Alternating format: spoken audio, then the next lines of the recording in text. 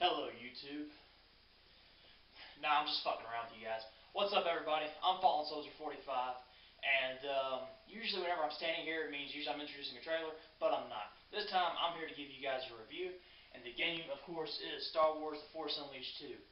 Now, it should not have taken me as long as it did to beat it.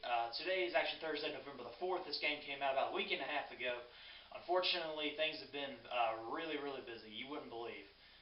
So yes, it took me a little bit longer to beat it just because most days I was coming home, I was doing homework from the time I got home till late on in the night when I couldn't play because I have the TV hooked up into my stereo and it's way too loud. It keeps everybody else up. But anyway, enough of that. Let's get straight to it. But before we do, two quick things. Number one, you haven't yet seen the playthrough. I recommend that you go check it out. It's on the same channel, Fallen Soldier 45, and it'll be the recent playthrough that I just did, Star Wars The Force Unleashed 2.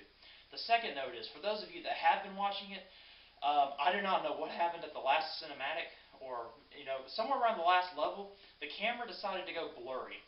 And as soon as I get the batteries charged up, because the batteries last, on average, about 4 to 5 hours of charge, I'll probably, put the cinematic back up, because there's a feature in the menus where you can go, see the cinematic, and I'll probably put it up in a clear detail. Also, I might show the different, cinematic trailers. There's one for the light side and the dark side.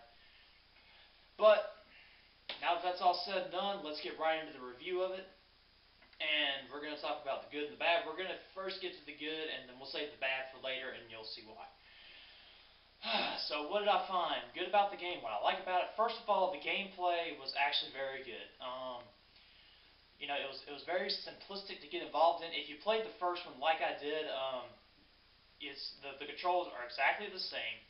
They're it's X, Y for lightning, B for push power, and all the controls were the same as the first one. So if you were new to the series, the controls were simple enough to where if you were just now picking them up, they were really easy to pick up. If you played the first one, then you're right at home. You know automatically what to do. You didn't really need the guide to tell you what to do. Alright, the next one was the graphics, and again, this is why I wish I had a 720 camera, which, by the way, I hope I will be picking up one within the next few months, but the camera really does the graphics no justice. I mean, the graphics were absolutely amazing.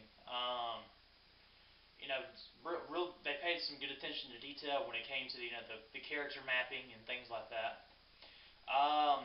And as far as, sound goes, the sound was amazing. All the sound effects were there. Whenever you, flung your lightsabers, you could hear that, that bass sound that everybody loves to hear when, someone swings a lightsaber. The music is always epic. I mean, it's Star Wars. You can't get more epic than Star Wars music. Am I right? The voice acting was hit and miss. I don't know. It's one of those things where it wasn't great, but it's not good. It's not bad, but it's whatever. It's middle of the road. It's par, however you want to refer to it. But not exactly the best script in the world. There were some lines where it's just like, were they trying to be funny with that? Where were they going with that? Now let's get to the bad. The first things first. There's 4 hours of gameplay. All right, I can't even begin to think of a game that has 4 hours of gameplay anymore. DLC, I actually heard about the Red Dead DLC is 7 hours long. You're paying about roughly in the neighborhood about 20 to 30 bucks, I would say, per DLC that you buy.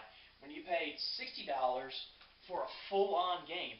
I actually got this for $5 cheaper because I bought it pre-played, which big whoop, I saved $5. But even then, only 4 hours? Are you kidding me? I mean, 4 hours, that's not even a weekend rental. You rent it that day, you're done with it. So that's one of the things that, kind of ticked me off about it. It's a very, very, very short game, which, and this is where the next part comes in, and that's the story. Now, as I said before, the story is something that doesn't really, you're either like, when you're a gamer, you either like the story, you like to have a good story with it, or you don't. I'm one that actually prefers a good story. Now, the reviews that I read when I got this game said that the story wasn't all that great. As a matter of fact, they hated the story. Now, for me, I didn't hate it, but I didn't like it. What it did was, it was basically the same story as the first one, only this time, the same story. Only except this time, Star Killer's a clone. Big fucking whoop. Alright? it's the same as the first one. Vader has an apprentice. Apprentice turns. He goes to kill Vader. Big shock.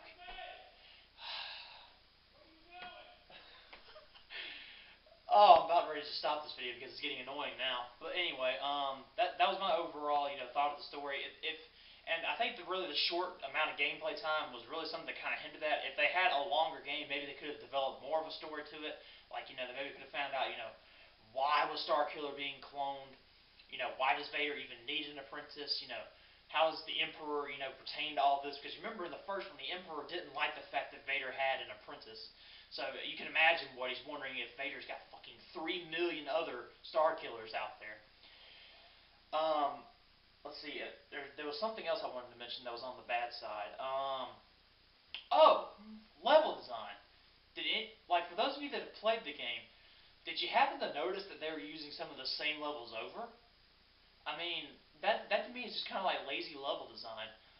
It's like they couldn't take the time to come up with a whole new map to fight Vader on because you were in the same place that you fought to fight Vader as you were in the very, first opening sequence of the game. You were back on Kamino.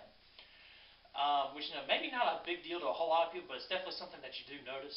And it's just something where you're like, wow, are they really this lazy that they have to use a whole, stage sequence over?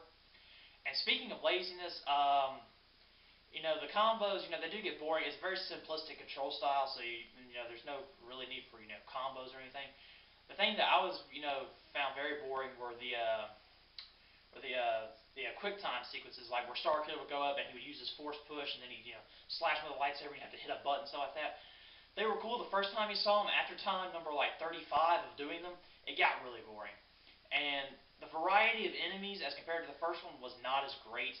You basically just kept seeing the same enemies just over and over and over and over and over again, with not really a whole lot of mix-up to it. So, when you have that, it just shows that, maybe you didn't really put a whole lot of thought into this game. But for me, the biggest cripple was the 4-hour gameplay. You cannot do a 4-hour game and sell it for $60. People will get pissed. And just like I said, Yoda and Boba Fett were strictly for camera. That was the only thing. A lot of people were talking about how maybe Boba Fett was going to be a boss fight, which would have been insane. I can, fighting Boba Fett, I mean, that's about as good as it gets. Fighting Darth Vader is pretty cool. Fighting Boba Fett, that's pretty cool. Or, maybe having Yoda as a sidekick. Now, LucasArts, if you're going to do this, if you're going to use major characters like Yoda and Boba Fett, and you're going to introduce them in the trailer, because when everybody saw them in the trailer, everybody just went fucking nuts, alright? I mean, everybody went nuts when Yoda showed up. They thought maybe he's a character you can play, or maybe he's a partner. Whoever saw Boba Fett, it was like, oh, maybe Boba Fett's gonna be a boss battle. But no, they were just there strictly to fill camera time, and it's like, why would you do that? Why would you hype everybody up? Now, the way I think they should have done it is they should not have put it in the trailer and maybe teased everybody. What they should have done was, not tell anybody, put them in the game, and then everybody would have been like surprised. But I mean, that's something small, but I just found that kind of, I found it disappointing. Overall, let me see how much time I got here. Alright, we're good. Alright, so overall, the game itself, as a package, really could have done better. I wasn't, mad or anything, but I was very disappointed.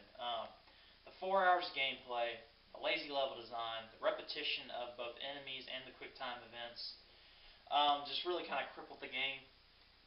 Definitely brought out more bad than good. And which sucks because I was really looking forward to this game.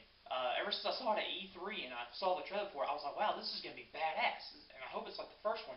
And if you look on the back of the box, it even says right here, E3 2010 People's Choice, Best of E3, Best of E3 award winner.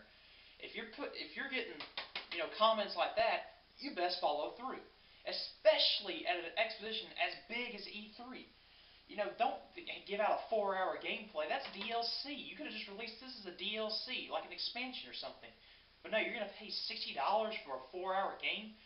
And which, a lot of people will say, well, what about, going back and getting all the lightsaber crystals? Woohoo! What? Yeah, I could see maybe where that becomes a side quest. Maybe you want to go back and get other achievements and stuff. But for me, it's just not, something that I'm willing to do. So, score-wise, out of 10, you're looking at maybe a 6.5 or a 7 from me. That's just from me. Now, that's my opinion of the game. That's not, someone else's opinion of the game. So now I want to hear from you guys. I want to know if you've played this game. All right, I want to know if you've played it. Tell me what you think about it. Either put it in a comment or send me a private message saying what you thought about the game, what you thought was good, what you thought was bad, etc., etc. I'll be sure to look them over. I think that's about it. The next playthrough that is scheduled is coming out on November 23rd, which is Splatterhouse, like another game I'm looking forward to. So for the next couple of weeks, you won't be hearing back from me. I will be putting out, more of the game trailers that are coming out that I can get my hands on. Be sure to put more of those out. But until the next time I see you again, guys, this is Fallen Soldier 45. Once again, Star Wars Force Unleashed 2 gets a 6.5, maybe a 7. And that's about it. That's about it for me. So I'm going to get off of here. I'm going to, clean up my room a bit, which is getting a little bit messy. And I will see you guys later. And you guys take care.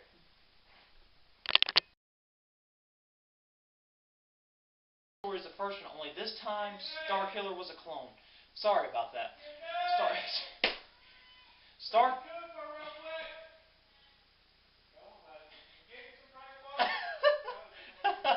You see what I have to put up? You see what I have to put up with, guys? Alright, maybe that'll quiet things down. You see what I have to put up with, but it's unavoidable. Anyway, where was I? The story. The story, once again, it fails to go